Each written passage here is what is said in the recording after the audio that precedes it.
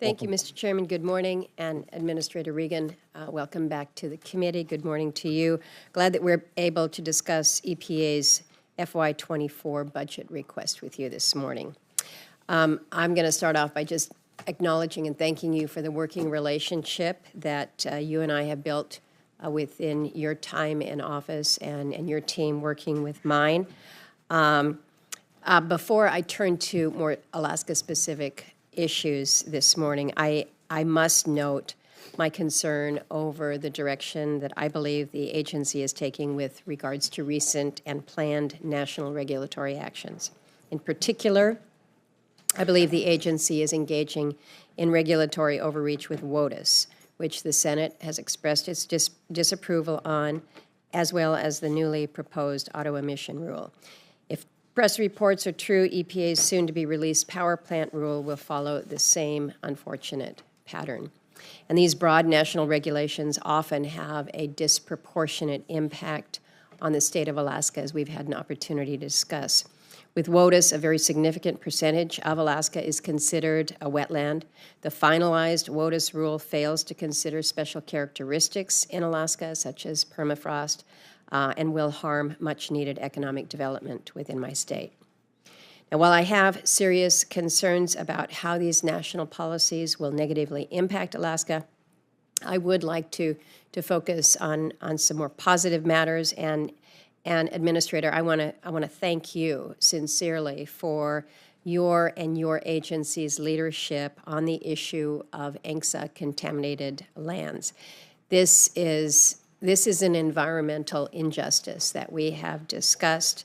It's an environmental justice caused by the federal government. It has been left without action for far too long, but thanks to you and the support of colleagues here on the committee, we now have a new grant program within EPA to finally begin making a difference and remediate these contaminated lands. For colleagues' information, under the promise and the commitment to Alaska Native peoples with a Native Claims settlement, they were entitled to certain lands.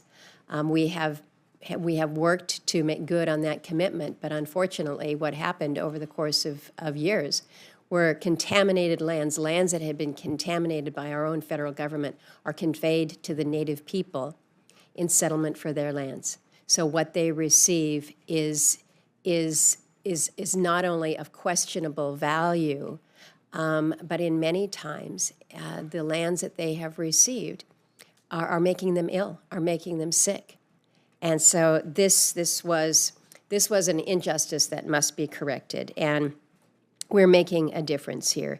The agency's FY24 request continues the new ANCSA contaminated lands grant at $20 million, and I truly appreciate that. What happened with the EPA was considerable, because the EPA stepped forward into the leadership role on these ANCSA contaminated lands. I don't mean to pit one department against the other, but the fact of the matter is the Department of Interior has failed to be helpful on that issue. And so there were some key members on your team, Mr. Sixkiller. There were some others that, again, have just put their shoulder into this and really advanced this in a way that has been positive and remarkable. And I want to make sure that others know that you deserve this public commendation now. These efforts are going to directly improve the health and well-being of so many communities, and this work cannot be understated in its importance. So I hope, and I know, Administrator Regan, that there is more that you and I can do together to right this injustice in our Alaska Native communities. So I'm looking forward to finding further creative funding solutions with you.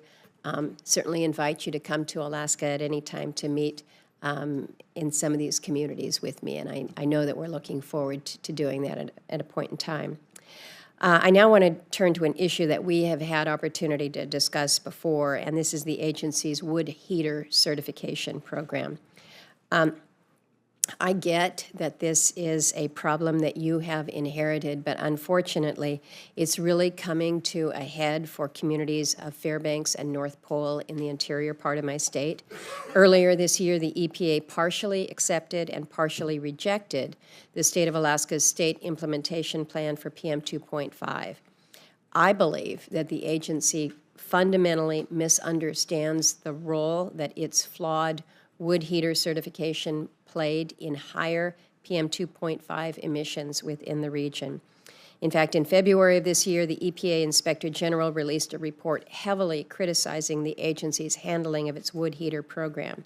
The IG's report states that EPA's mismanagement has led to elevated PM 2.5 emissions, even though Congress has provided almost $100 million for wood stove changeouts over the last 8 years through the Targeted Airshed Grant. I've worked hard on that, I think you know. I've secured tens of millions of dollars for wood stove changeouts in the Fairbanks area through this grant, which should be good. It should be a positive. So I'm really very frustrated by the IG report's findings. By failing to properly certify and test wood heater emissions, the EPA has frustrated Congress's investments and intended goals. So, Administrator, I'm calling on your agency to fix its handling of the wood heater certification and testing program and to internally provide whatever resources are needed to achieve that. To show my commitment, last year we provided a $1 million increase for staffing and other efforts to help write the program, but it really is just not fair that my constituents in Fairbanks and in North Pole are going to face increased energy prices or perhaps even worse than that, actual energy insecurity due to potential enforcement actions that the agency may take against them for the agency's own mismanagement. I'm going to be up in Fairbanks this weekend, and I can tell you this is going to be a hot topic there. Lastly, I want to discuss with you the agency's handling of congressionally directed spending projects. I do appreciate that the Congress rather rapidly revived a significant workload for the agencies when we brought back CDS projects in FY22, but I don't think that excuses the agency's performance so far in executing these important and needed investments. The Congress has provided additional resources for the agency to implement a revived program, but I don't think that more staffing alone is going to fix the problem. I think that the agency has not made this a significant enough priority. In FY22 and 23, the Congress funded over 1,000 CDS projects for the EPA to manage, and to my knowledge, so far only a small percentage of the projects have been awarded.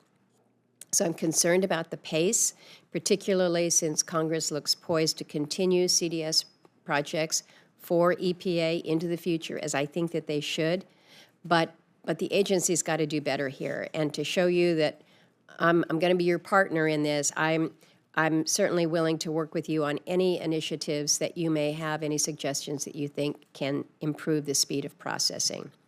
This delay impacts projects nationally, but also significantly in my state of Alaska.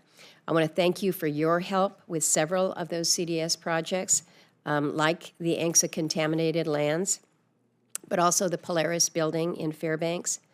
But just generally, I'm somewhat bewildered that critical water and wastewater infrastructure projects are lagging severely behind. So I hope that you and your team will be able to explore ways in which CDS projects can be awarded faster, including any creative solutions which we can help secure in our bill. I know that implementing these CDSs isn't easy, so I thank you for your work and all the agency personnel that are working on this. Hopefully, we can make these the success stories that we know they should and could be. I've given you a lot here in my opening statement, Mr. Administrator, but know that these are issues that are so important across the state of Alaska. We've got a good working relationship, I think a strong working relationship, and that's why I'm very comfortable raising these issues with you personally, because I think that we can make a real difference for the state of Alaska, and we can make a real difference across the country. So doesn't mean that I'm going to stop knocking on your door anytime soon. We're going to work together, and again, look forward to the opportunity to be able to show you personally some of the challenges that we're facing and what more we can be doing to address them. With that, thank you, Mr. Chairman.